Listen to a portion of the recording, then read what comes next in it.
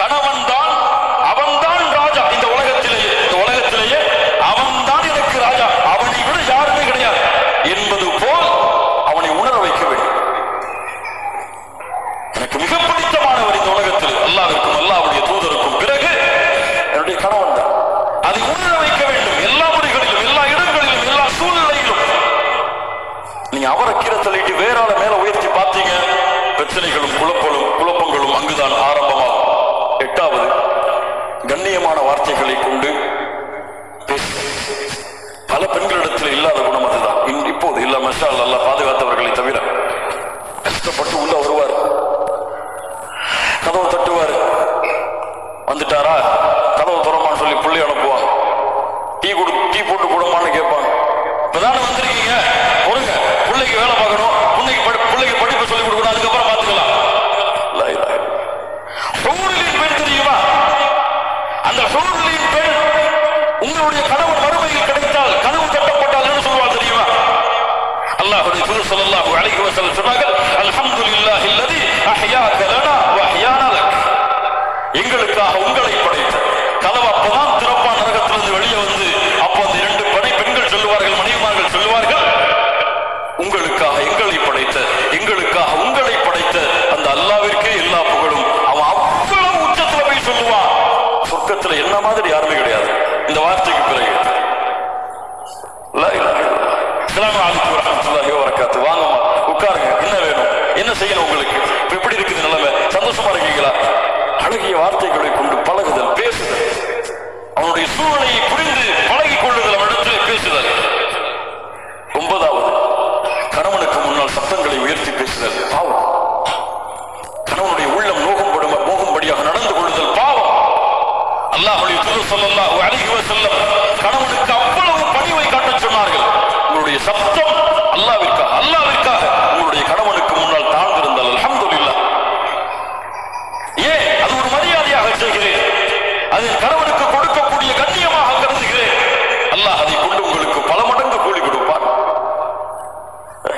இன்னைக்கு அவங்க பேசினா வீட்டை விட்டே வெளியே ஓடிடும், அப்படி இருக்கும். இல்ல மாஷா அல்லாஹ் பாதுகாத்தவர்களை தவிர கண்ணியத்துக்குரியவர்களே, அல்லாஹ் ரப்பல் ஆலமீன் நம்முடைய நிலைமைகளை சீர்படுத்துவாராக. இந்த 2 குடும்ப உறவுகளும் பிரிவதிலே இன்பம் காணக்கூடியவன் உங்களை விட, உங்கள் குடும்பத்தில் இருப்பவர்களை விட அல்லாஹ்வால் சபிக்கப்பட்ட இப்லீஸ். ஹதீஸ் நினைவுபடுத்திக் கொண்டு இருக்க வேண்டிய ஹதீஸ். அல்லாஹ்வுடைய தூதர் ஸல்லல்லாஹு அலைஹி வஸல்லம் சொன்னார்கள், இப்லீஸ் தன்னுடைய அரிசை சிம்மாசனத்தை கடலிலே அமைக்கிறான், தன்னுடைய படைகளை அழைப்பான், வா வரிசையா வாங்கப்பா, என்ன செஞ்சீங்க, இந்த மாதிரி அங்க போன அவரை புறம் பேச வச்சுட்டேன், போ போ, நீ என்ன செஞ்ச, போய் பேச வச்ச, போ போ, என்ன செஞ்ச, திருட வச்ச, போ போ, எல்லாம் பாவம் அடிக்க கொண்டே போவான். இப்லீஸ், நான் ஒண்ணு செஞ்சேன், என்னடா செஞ்ச, என்னப்பா செஞ்ச? 2 கணவன் மனைவி சந்தோஷமா தான் இருந்தான், நிம்மதியா தான் இருந்தான். சின்ன வார்த்தைய மனசுக்குள்ள போட்டேன், இதை பேசுறா அப்படின்னு. அவர் பேசினார், மனைவி பேச ஆரம்பிச்சாங்க.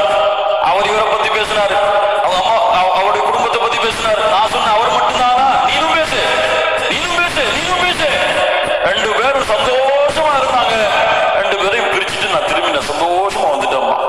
சைத்தான் இறங்கி, வாடா வாடா வாடா, உன்னைத்தான் எதிர்பார்த்துட்டு சொல்லி, நீதான் நிஅமத், நீதான் சிறந்தவன், உயர்ந்தவன் என்று அழைத்துக் கொள்வான். வேறு சில ஹதீஸ்களில் தனக்கு பக்கத்திலே அமர வைத்துக் கொள்வான். இப்லீஸ் உங்களுக்கு இடையே நடக்கக்கூடிய சண்டையில் மகிழ்ச்சி அடைகிறான். ஏதாவது சண்டை வருதா, வந்துட்டான்டா இப்லீஸ், அஊது பில்லாஹி மினஷ் ஷைத்தானிர் ரஜீம், உள்ள போறீங்களா, பிஸ்மில்லாஹ். அல்லாஹ்வுடைய தூதர் ஸல்லல்லாஹு அலைஹி வஸல்லம் சொன்னார்கள், உங்கள் வீடுகளில் நீங்கள் நுழையும் பொழுது பிஸ்மில்லாஹ் என்று கூறி நுழைந்தால், அல்லாஹ்வுடைய பெயர் கூறி நுழைந்தால், ஷைத்தான் சொல்லுவான், இன்னைக்கு நமக்கு இங்க தங்குமிடம் கிடையாதுப்பா, வேற வீட்டை பார்த்து போகணும். அல்லாஹ்வுடைய பெயர் கூறாமல் நுழைந்தால், வாங்க வாங்க வாங்க, இங்குதான் நம்முடைய வீடு என்று எல்லாவரையும் அழைத்து உள்ளே உட்கார்ந்து கொள்வான். அல்லாஹ்வுடைய பெயர் கூறாமல் சாப்பிட்டால் அன்றைய இரவு உணவும் அவனுக்கு அங்கேதான். ஷைத்தான் அவங்க 2 பேருக்கு மத்தியில் இருந்தா சும்மா இருப்பானா? என்ன செய்வான்? ஷைத்தான வீட்டுக்கு வெளியிலேயே பிஸ்மில்லாஹ் சொல்லி அனுப்பி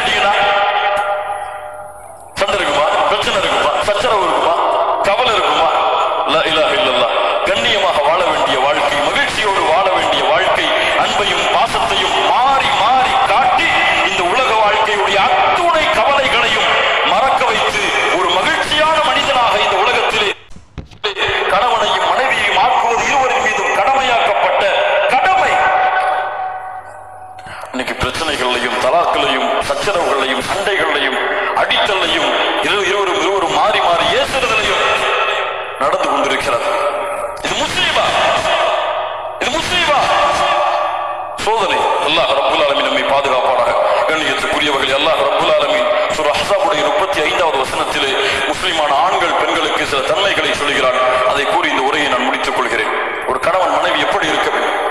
இன்னல் முஸ்லிமீன வல் முஸ்லிமாத், அல்லாஹ்விற்கு கட்டுப்பட்ட ஆண், அல்லாஹ்விற்கு கட்டுப்பட்ட பெண், வல் முஃமினீன வல் முஃமினாத், அல்லாஹ்வை நம்பிக்கை கொண்ட ஒரு பெண், அல்லாஹ்வை நம்பிக்கை கொண்ட ஒரு ஆண், வல் கானிதீன வல் கானிதாத், அல்லாஹ்விற்கு தன்னை பணிய வைத்த ஒரு ஆண், அல்லாஹ்விற்கு தன்னை பணிய வைத்த ஒரு பெண், வஸ்ஸாதிகீன வஸ்ஸாதிகாத், அல்லாஹ்விற்கு உண்மையை பேசிய ஒரு பெண், உண்மையை பேசிய ஒரு ஆண், வஸ்ஸாபிரீன வஸ்ஸாபிராத், பொறுமையை கடைபிடித்த ஆண், பொறுமையை கடைபிடித்த பெண், வல் காஷிஈன வல் காஷிஆத், உள்ளத்தோடு அச்சத்தோடு பணிவோடு நேசத்தோடு அல்லாஹ்வை பயந்த ஒரு ஆண், அல்லாஹ்வை பயந்த ஒரு பெண், வல் முத்தஸத்திகீன வல் முத்தஸத்திகாத், அல்லாஹ்வுடைய பாதையில் செலவு செய்த ஒரு ஆண், அல்லாஹ்வுடைய பாதையில் செலவு செய்த ஒரு பெண், வஸ்ஸாயிமீன வஸ்ஸாயிமாத், அல்லாஹ்வுடைய பாதையில் நோன்பை நோற்ற ஒரு ஆண், அல்லாஹ்வுடைய பாதையில் நோன்பை நோற்ற ஒரு பெண், வல் ஹாஃபிதீன ஃபுரூஜஹும் வல் ஹாஃபிதாத், தங்களுடைய கற்பை மர்மஸ்தானத்தை பாதுகாத்த ஒரு ஆண்,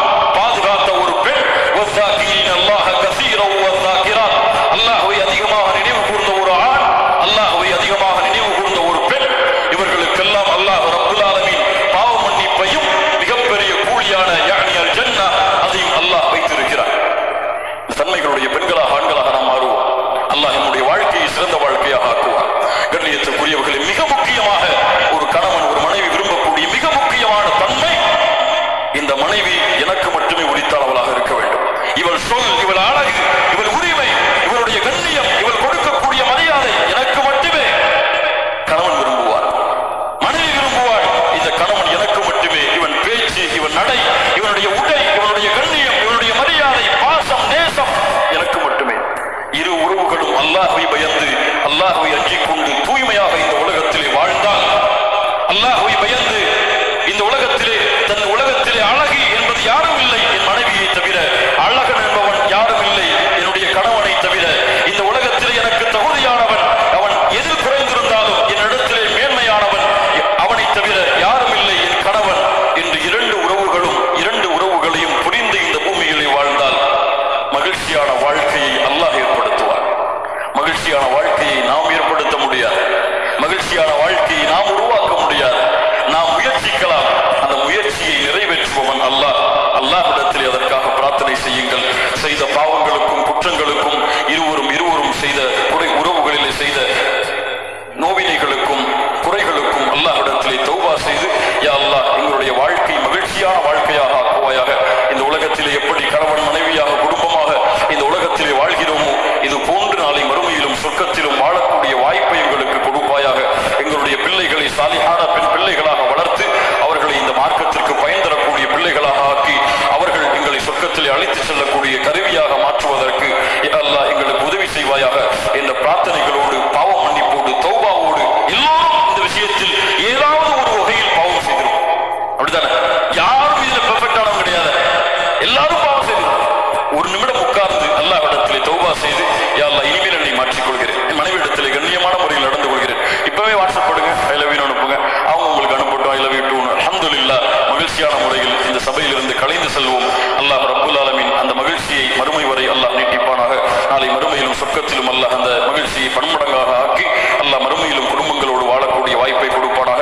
அல்லாஹ் ரப்புல் ஆலமீன் எப்படி இந்த இடத்தில் என்னையும் உங்களையும் அவனுடைய அருளால் ஒன்று கூட்டினானோ, அது போன்று அல்லாஹ் ரப்புல் ஆலமீன் நம்மை ஜன்னத்துல் ஃபிர்தௌஸிலே, அதிலும் குறிப்பாக அல்லாஹ்வுடைய தூதர் முஹம்மது ரசூலுல்லாஹ் ஸல்லல்லாஹு அலைஹி வஸல்லம் அவர்களோடும் அவர்களுடைய குடும்பத்தார்களோடும் அல்லாஹ் என்னையும் உங்களையும் உலக முஸ்லிம்களையும் ஒன்று கூட்டுவானாக. இவ்வளவு சிரமத்திற்கு பிறகும், இவ்வளவு பெரிய தூரத்திற்கு பிறகும் அழைப்பை ஏற்றி மார்க்கத்திற்காக, மார்க்க பணிக்காக, மார்க்க இல்மிற்காக தேடி வந்த உங்கள் அனைவருக்கும் அல்லாஹ் ரப்புல் ஆலமீன் சொர்க்கத்தையும் அவனுடைய அருளையும் அல்லாஹ் கூலியாக கொடுப்பானாக. நம்முடைய குடும்ப வாழ்க்கையை அல்லாஹ் சீரமைப்பானாக. அகூலு கௌலி ஹாதா அஸ்தக்ஃபிருல்லாஹ லீ வ லக்கும். அஸ்ஸலாமு அலைக்கும் வ